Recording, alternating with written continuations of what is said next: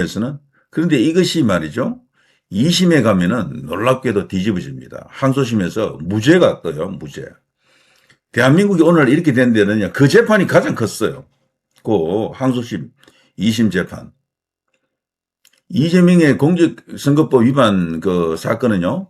방송에 나가가지고 그 김문기 씨와 함께 골프를 치지 않았다. 이 발언이 허위냐 허위가 아니냐. 그리고 국정감사에서 박근혜 정부 시절 백현동 부지 용도 변경과 관련해서 국토교통부의 협박이 있었다 뭐 이런 이야기인데 이게 사실상 충분히 우리가 그동안 많은 보도가 있었기 때문에 다 봤잖아요. 누가 보더라도 이게 유죄다라고 볼 수 있는데 그거를 떡하니 무죄를 때린 게 그 항소심 고등법원이에요. 문제는 거기서부터 시작했다라고 해도 과언이 아닙니다. 항소심 무죄 나왔을 때 1심에 징역 1년, 집행유예 2년의 판결을 파기하고 무죄를 선고했는데요. 김문기 발언에 대해서는 고인을 모른다는 취지의 발언은 기억의 인식에 대한 답변일 뿐 허위사실 공표로 단정할 수 없다. 이런 식으로 애매한 표현을 합니다. 그 안면 인식 장애 이런 것을 또 인정했다라고 볼 수 있어요. 사람이 그럴 수가 없어. 그 정도로 사람에 대한 인식이 없다. 안면을 보고도 그 사람이 그 사람인 줄 모른다라고 할 정도면 이거는 대한민국 대통령으로서 자격 미달이에요. 그런 인지력과 그런 어떤 건강 상태로는 대통령 하면 안 되지 사실은. 근데 그걸 받아줘가지고 김문기 모른다라는 것도 허위사실이 아니다라고 인정했던 거거든. 그 고등법원에서. 그리고 백현동 발언에 대해서도요. 국정감사 당시 국토교통부의 압박이 있었다라는 취지의 발언 역시 그냥 뭐 다짜고짜 허위사실로 보기 어렵다 이런 식으로 해가지고 무죄를 줬거든. 놀라운 일입니다. 그런데 그 항소심 재판부가 3인이 이제 구성이 되어 있었잖아요. 3명 다 그 부장판사들입니다. 그래서 이런 경우에는 차이가 없잖아요. 부장판사끼리니까.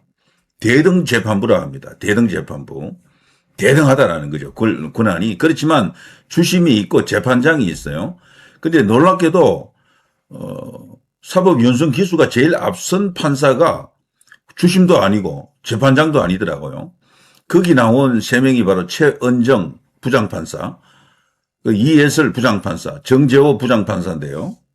이 3명이 결국은 무죄를 때리면서 대한민국 역사가 뒤집힌 거죠. 네. 이 3명이 누구냐라는 겁니다. 이 3명이. 자, 여기에 대해서도 뭐 많은 그게 있는데 한 명은 경북 포항 출신이고 나머지 2명은 전라도 출신이더라고요. 거기서 3대 0인지 2대 1인지는 분명히 우리가 알기 어려워요. 3대 0 아니고 2대 1이라도 뭐 똑같은 효과입니다. 3대 0이나 2대 1이나 똑같은 효과거든.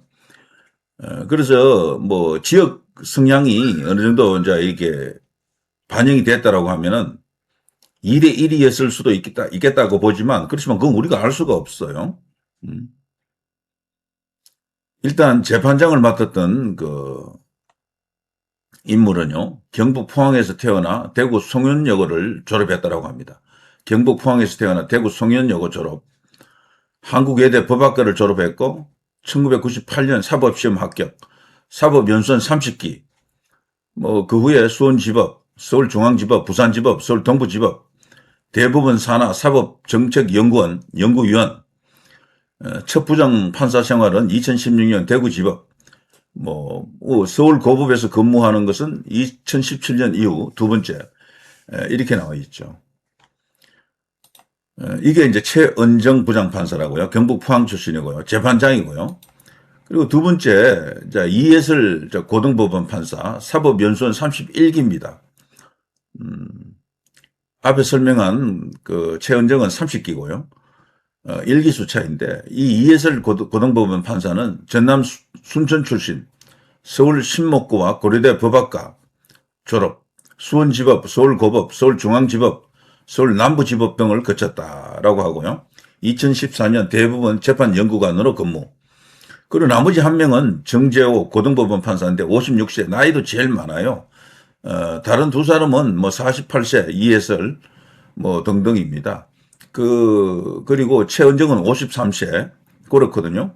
그런데 여기 나이도 제일 많고 연수원 기수도 25기로서 제일 앞선 정재호가 있는데 사실 인터넷 검색해 보면 정재호가 제일 많아요. 여러 가지 이야기들이. 어, 광주 출신입니다. 광주 살레시오고를 졸업했고 서울대 법학과, 법원행정처, 기획조정실과 서울고법, 부산고법, 대전고법 등에서 근무했습니다. 그야말로 에이스급이에요. 근데 이 에이스급인데 이 사람이 왜 주심도 아니고 재판장도 아니냐라는 겁니다. 이때 벌써 좀 뭔가 느낌이 좀 싸하다라고 이렇게 본 그런 측면이 있죠. 자, 이걸 제가 왜 이제 되돌아보는가 하면요. 자, 1심에서는 징역 1년, 집행유예 2년인데 2심에서는 무죄가 됐거든. 이게 이제 대법원으로 올라갔잖아요. 그때 이제 우파에서 한결같이 노래했던 게 파기자판해가지고 끝내라. 파기자판. 조이대를 막 압박했다고요. 조이대가 나라를 구해라. 영웅이 되어라. 막 이렇게 응원을 했잖아요. 그런데도 놀랍게도 파기자판하지 않고 파기환송을 해버렸죠. 그러면서 모든 게 그냥 무너지고 말았죠. 파기환송된 사건을 다시 심리도 하지 않고 그 사람들은 그 고등법원 그 세 사람은 그냥 중지시켜 버렸잖아요. 재판을. 그래서 이재명이가 대통령 되자마자 그냥 무기정지. 이게 뭐 기한도 없어. 뭐 사실상 임기 중에는 안 한다라고 봐야죠. 자, 이렇게 되니까 뭐 사람들이 조이대에 대한 원성이 막 하늘을 찌릅니다. 조이대 네가 나라를 그냥 팔아먹었다 하는 수준이 됐는데, 그런데 저는 예전부터 조이대에 대해서 입장을 좀 달리 갖고 있습니다. 조이대가 과연 그걸 할 수가 있었겠느냐라고 보는 겁니다. 파기자판. 무죄로 올라온 사건이잖아요. 그거를 유죄로 때리려고 하면은 파기자판을 하려고 하면요. 다시 뭐를 해야 돼? 법률심이잖아요. 대법원은. 기다 아니다에 대한 어떤 법률적 판단을 하는 것인데 무죄를 유죄로 만들려고 하면요. 이거는 상당히 부담이 따른다고 봐야죠. 조이대가 그냥 목숨 걸고 막 났으면 가능할지도 몰라. 그러나 그 대법원 안에 대법관이 많이 있잖아요. 그 중에 좌파 대법관들도 여러 명이 있거든. 태클 안 들어오겠습니까? 조이대가 그걸 할 수가 있느냐라는 걸 한번 알아봐야 됩니다. 그래서 제가 알고 있는 거지만 여러분께 보여드리기 위해서 구글에다가 이런 검색을 해봤습니다. AI에 물어보니까 항소심에서 무죄난 사건을 대법원에서 파기자판할 수 있나라고 물어보니까 이론적으로는 된다고 합니다. 그러나 실제로는 증거 판단을 다시 해야 되기 때문에 대법원이 직접 유죄로 뒤집는 파기자판을 하는 경우는 거의 없다라고 하고 형사소송법 제396조에 따라 기록과 증거만으로 판결하기 충분하면 대법원이 직접 판단할 수가 있는데 이 사건은 일반 단순 사건이 아니잖아요. 나라의 명운이 걸린 거대한 시국 사건이 됐거든. 그리고 대법원은 사실관계를 따지는 것이 아니라 법률을 해석하는 것이므로 무죄 사건의 증거를 다시 평가해서 유죄로 바꾸는 자판은 피하는 경향이 있다. 실제 파기자판은 그러고 또 자주 있지도 않고요. 그리고 우리가 이제 그 사건 있기 전에는 파기자판이라고 하는 용어 자체도 거의 몰랐다라고 해도 과언이 아닙니다. 법률가들만 알았던 그런 파기자판이라고 하는 용어 아닙니까? 자, 보통은 무죄 취지의 원심을 바로 확정하거나 유죄 취지로 다시 재판하라고 파기환송하는 방식을 택한다 이렇게 되어 있거든요. 그리고 무엇보다도요, 당시 대법원에서는 이례적으로 신속하게 재판을 했습니다. 보름 만에 그걸 뚝딱 해버렸잖아. 지금 민주당이라든가 일직들이 제일 문제 삼는 게 그겁니다. 통상적으로 그런 재판에 올라가면은 6개월 정도, 아무리 빨리 해도 3개월 이상 걸린다라고 어제 보고, 그래, 넉넉하게 생각했는데, 이걸 불과 2주 만에 뚝딱뚝딱, 유죄 취지로 파기환송해버렸잖아요. 그때부터 그들은요, 일직들에게, 민주당 지지층들에게 조이대는 적이 됐습니다. 그야말로 찍어내야 될 그런 인물이 됐죠. 자, 그렇지만 조이대는 우파에서도 지금 비토되지 않습니까? 조이대가 못했다라고. 그런데 과연 그럴까? 조이대가 목숨 걸고 파기자판을 하려고 해도 그 대법관들이 따라왔겠느냐라는 겁니다. 저는 안 따라온다고 봐요. 그 부담을 그 대법관들이 안 안습니다. 절대로. 이걸 왜 지금까지 안 하던 짓을 하느냐. 당신 말이지. 어쩌고저쩌고 이렇게 바로 반격 들어간다고요. 대법관들이 대법원장 말을 안 듣습니다. 왜냐하면 대법관 인사를 대법원장이 하는 게 아니거든. 대법원장의 권한은요, 행정 책임자입니다. 대법원 행정 책임자. 그리고 인사권자 요 2개입니다, 2개. 직접적으로 개별 사건에 대해서 재판에 대해서 어떤 개입을 한다라거나 지시를 한다라거나 명령을 할 수 있지가 않아요. 그건 법이 그렇게 되어 있지 않습니다. 위법입니다. 불법입니다. 대통령이 행정부를 장악하는 거하고 다르다니까요. 그래서 제가 이런 검색도 해봤죠. 대법원장이 재판에 있어서 다른 대법관에게 이래라 저래라 할 수 있나? 뭐 당연히 여기는 절대로 안 된다고 딱 나와 있습니다. 대법원장은 다른 대법관의 재판에 대해 이래라 저래라 지시하거나 간섭할 수 없다. 헌법과 법률에 따라 모든 판사와 대법관은 오직 양심과 법에 의해서만 독립하여 재판한다.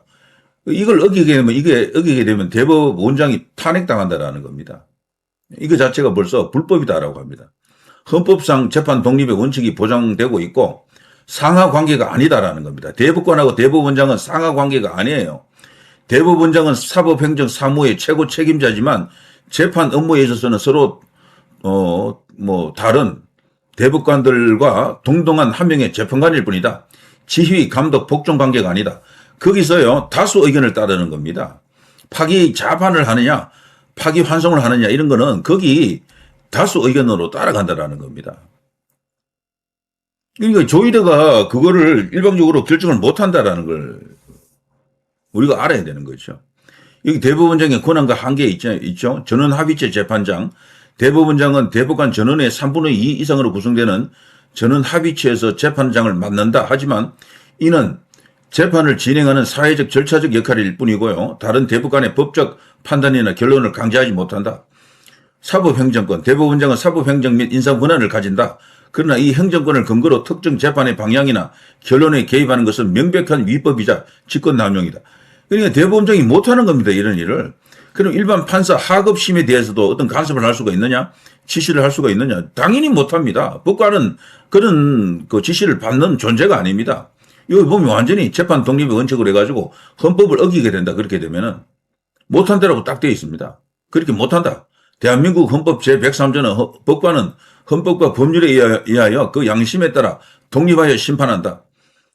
그리고 직무 권한도 없어요. 대법원장은 사법행정 사무를 총괄하는 최고 책임자일 뿐이지 개별 재판의 내용이나 결론에 대해 지휘 감독할 권한이 전혀 없다라고 되어 있습니다. 그러니까 이런 거 하게 되면 바로 달린다라고 수사받습니다. 고소 고발 당해가지고 그리고 탄핵당하고 조이대로서는 제가 볼 때는 할 만큼 했다라고 보는 거예요. 유죄 취지로 파기환송했잖아요. 그것만 하더라도 당시 대법관들의 성향이 그래도 좌파들보다는 약간 중립적, 중도 성향, 보수 성향이 좀 많았죠. 근데 그 사람들로 인해서 파기환송이 됐던 겁니다. 그런데 아쉬운 거는요, 파기환송하지 말고 파기 자판은 저는 어차피 안 된다고 봅니다. 그거는 불가능했다라고 봐요. 파기 이송을 했어야 된다라고 봅니다.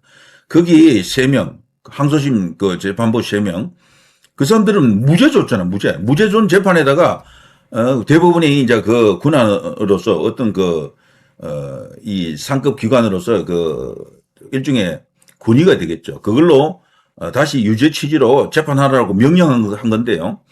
지금 제가 봐서는 그 3사람은 그것도 쌩깔 가능성이 크다라고 봅니다. 쌩까고. 그리고 차라리 파기 이송이라고 하는 것은 그 재판부로 가는 게 아니고 원심 재판부로 가는 게 아니고 다른 고등법원 재판부가 새로 만들어지는 거거든. 시간이 좀 걸리더라도 차라리 그렇게 갔어야 된다. 그렇게 갔더라면 그 재판은 지금도 말이죠. 지금이 아닙니다. 어느 정도 한 서너 달 걸리겠죠. 바로 하지는 못하겠죠. 자신들이 새로 또 그걸 또 살피는 시간이 필요하고 공판도 열고 해야 되겠죠. 그러면 3개월에서 6개월 좀 걸리겠죠. 설령 이재명이가 대통령 됐다 하더라도 재판은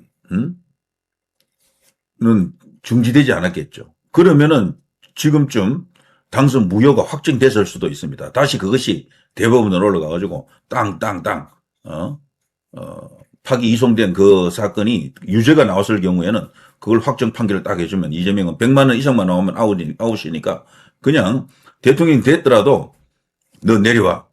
당선 무효야. 지금 국민의힘이 윤석열 대통령 공직선거법으로 인해서 400억 가까운 돈을 토해내고 윤석열 대통령 자체가 당선이 무효된다 어쩌고 저쩌고 이런 어떤 주장도 있잖아요. 그거는 좀 지나친 주장일 수도 있지만 또 교묘하게 재임 기간은 또 인정한다 또 이런 말도 있고 그러는데 다시 출마하지 못하게끔 그런 식으로 꼼수를 쓰는 것 같은데 어쨌거나 그렇게 되면 이재명은 대통령으로 있더라도 이제 내려올 수밖에 없는 엄청난 어떤 국민적 저항에 부딪히겠죠. 물론 일찍들은 또 뭐 안 된다라고 뭐 내려가면 안 된다고 뭐 난리 치겠죠. 거대한 어떤 내란 상태가 일어날 겁니다. 자, 아무튼 지나간 일이지만 이런 이야기를 갖고 여러분을 한번 모셔봤습니다. 자, 분명한 것은 조이대가 그걸 다 할 수 있는 입장이 아니었다라는 겁니다. 근데 당시 우파 유튜버들이 너무 조이대